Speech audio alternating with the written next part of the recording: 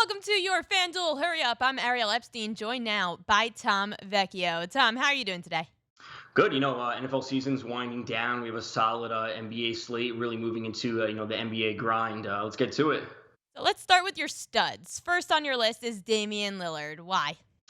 Well, we have CJ McCollum listed as questionable for tonight's game, and both of these players come in averaging 19 field goal attempts per game. We know that they're both phenomenal scorers, more so on the side of Lillard. And if McCollum's going to be out, we're going to be seeing Lillard with a solid increase in usage. It's going to be 5.4% to be exact this season when McCollum is off the court. And we have to know that those 19 field goal attempts for CJ McCollum have to be picked up somewhere else. And, we could see Gary Trent in the starting lineup, but it's not like he's going to be taking all those shots. Lillard is already averaging around 6 3-pointers a game, and we should see that even increase as the game goes on. We have a 220-point over/under against the Raptors tonight. Both teams are actually pretty solid when it comes to pace, 12th and 13th in the league. And really, all that extra volume at $8,900 for Lillard really puts him in a great spot tonight. On the other side, you have Toronto Raptors point guard Kyle Lowry, who's coming off a big game against the Brooklyn Nets, scoring 26 points. Why do you like him in this matchup with the Blazers?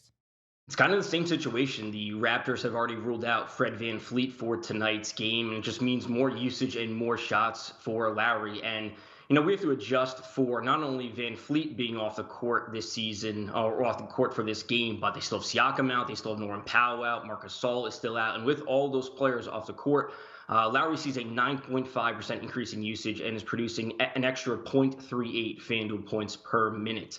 So that's a really solid increase at a guy who's only $8,400. Now, the pure scoring is likely to come more on the side of Lillard, but Lowry can fill up the stat sheet and, again, is a very, very moderate priced for a massive, massive increase in usage tonight.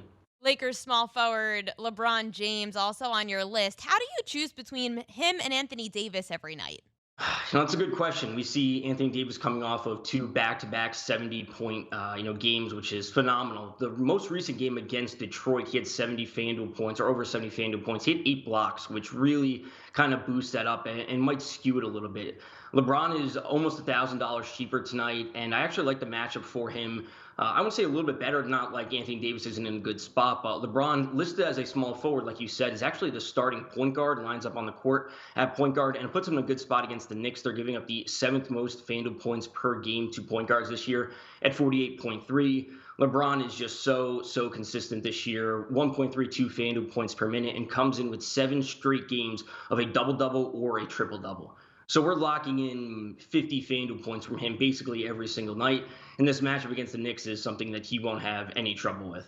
Now it's time for our value picks for this FanDuel Hurry Up. I love these. One of yours is John Henson of the Cleveland Cavaliers, their power forward. He's up against the Detroit Pistons tonight. What's the reasoning behind having him in your lineup? Yeah, this game isn't probably going to be amazing from a real life basketball perspective, the Pistons and the Cavaliers, but the Cavs right now undergoing some major changes within their lineup. Tristan Thompson is out. Larry Nance is out. They just lost Kevin Porter the other day. They waived Alfonso McKinney, and they also waived Tyler Cook. Henson got the start in their most recent game on Sunday. Kevin Love actually sat out. We should see Kevin Love re-enter the starting lineup, but Henson should be still in line as a starting center because Nance and Tristan Thompson and all these players are out. So their rotation is really, really tightened up over the past few days, and he's the minimum salary at $3,500.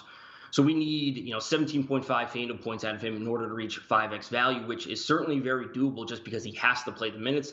And he did so in that most recent game, 23 minutes in that game, 26.7 FanDuel points. So the pace overall against Detroit isn't going to be amazing, but the opportunity will be there for him just because they have so few bench players. The Minnesota Timberwolves are at the Memphis Grizzlies tonight, and you have Jarret Culver, the shooting guard for the Timberwolves, on your list as well. Why is he a value pick against this Memphis Grizzlies team? So this is going to be the opposite of the Cavaliers and Pistons game. This is going to be a very, very fast-paced game. Right now, Minnesota is first overall in the league when it comes to pace. We have Memphis sitting at eighth. We also have a 228-point over/under, really setting up to be one of the better fantasy games of the night. It also helps that neither team is not really strong on defense at all. So we're going to be seeing plenty of possessions back and forth, no defense on either side, and really should be a solid fantasy game. So Culver, 4.7 tonight, sees over 28 or so minutes in 4 straight games, producing over 30 FanDuel points in 3 of those 4 games. And like you said, lines up at shooting guard, and we have the Grizzlies dead last in the league against shooting guards this year, 44.9 FanDuel points allowed per game. Really puts him in one of the best spots of the night for a guy who's under $5,000. Sacramento Kings small forward Trevor Ariza, the last on your list. They're up against the Phoenix Suns tonight. That's the Sacramento Kings against the Phoenix Suns. Ariza was just the value play of the night for FanDuel last night. How does he keep it going again today?